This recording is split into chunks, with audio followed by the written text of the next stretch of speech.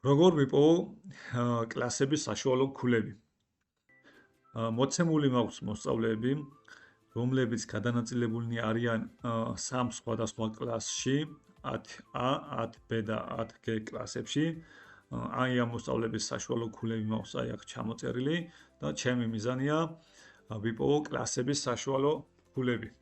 გამოვიყენებ ფუნქცია average ifs. უდრის გამოვიძახოთ ფუნქცია average if.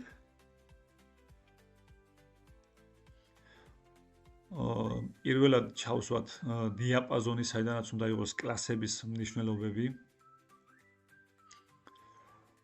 მოდი აი ეს დიაპაზონი ვარ შეგვიცვალოს ფორმულის გავრცელების დროს, გამოვიყენებ fn f4 ღილაკებს იმისათვის, რომ გადავაქციო მუდმივ უჯრედად.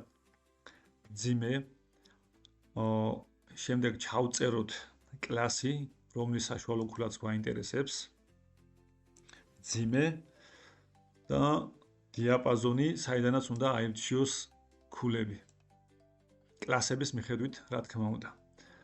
აი ამ დიაპაზონსაც გადავაქცევ ისევ fn f4-ით მუდმივ უჯრედად. დავხროთ ფრჩხილი და enter. გამოგვითვალა საშუალო ქულა. აი ამ ფორმულას გავავრცელებ სამივე კლასისათვის და მოდი დავამგვალოთ რაღაც ისეთ ცუდი სახე აქვს ცოტა.